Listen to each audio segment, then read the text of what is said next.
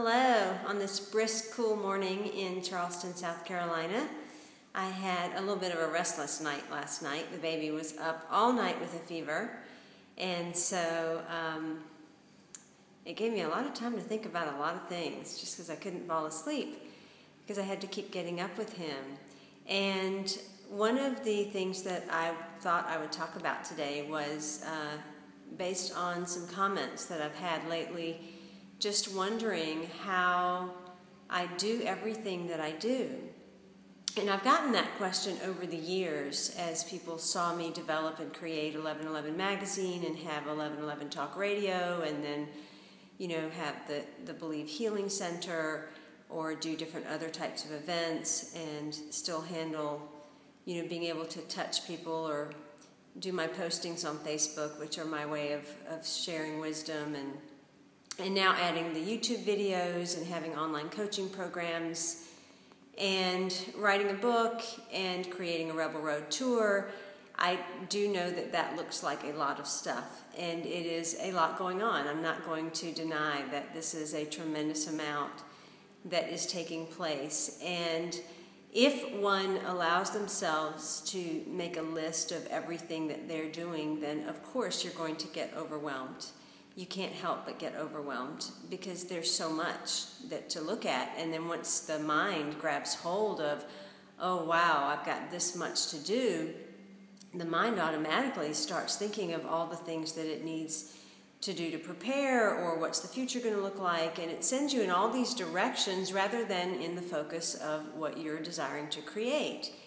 And so the way that I have actually always been able to get so much done is I literally just wake up every morning, and whatever comes to my mind is the thing that I work on. I don't try to think about anything. I don't try to plan anything.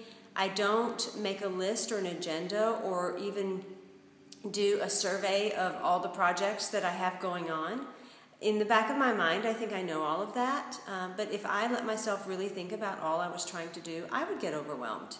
And I would get tired, and there may end up being some worry or trying to figure out how to fit it all in. But instead, what I do is I literally get up in the morning and I am as present as possible to what that moment is asking. And with kids, of course, the first thing that is being asked is to take care of the kids. And so once I get that completed and I get them off to school and I come back and I sit at my desk, I just breathe for a second and I let the first thought that comes into my mind be the guiding force as to what today is supposed to hold. And so when I woke up this morning, I got the kids off to school, and then I came and I thought, well, the first thing I need to do is move through some papers that will help me organize so that I can arrange and schedule my radio shows through the summer so that I know that that's all taken care of and that's one less thing to worry about. And once I finish that, then I will move to the next thing. But in the process of that, if I'm moving through and making the arrangements or the list or whatever is in regard to the radio show, if I happen to pass something and the thought is, I need to really write this check, or I need to make this phone call, I just stay right in the moment and do exactly what it is that I feel like that thought comes. And what has happened in my life is when I do that, everything seems to get taken care of. It all seems to finish in the timely manner that it needs to be. It allows space and openness for other synchronicities or other people to come in or other opportunities to come in, because I'm not trying to control it and I'm not trying to push anything before it's supposed to happen. I really just allow time to unfold and stay present to the moment. So I invite you today to really try that.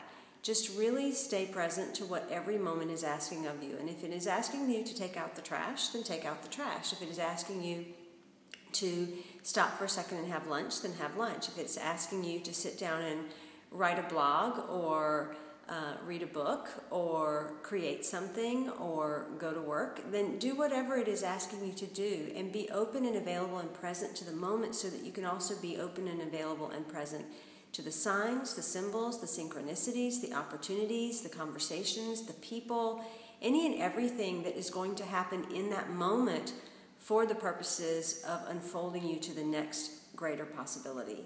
So I hope that's helpful. I'm going to go and get to my next thing. I have a little one here at home with a fever, and he's resting. So for these few minutes, I've got some time. So I'm going to go and see what pops into my mind as needing to be done next. So until tomorrow, I hope that that was a little bit helpful. It lets you understand how I get through my days and get everything done. And some days, everything's not supposed to be done. So don't be too hard on yourself and just let life flow.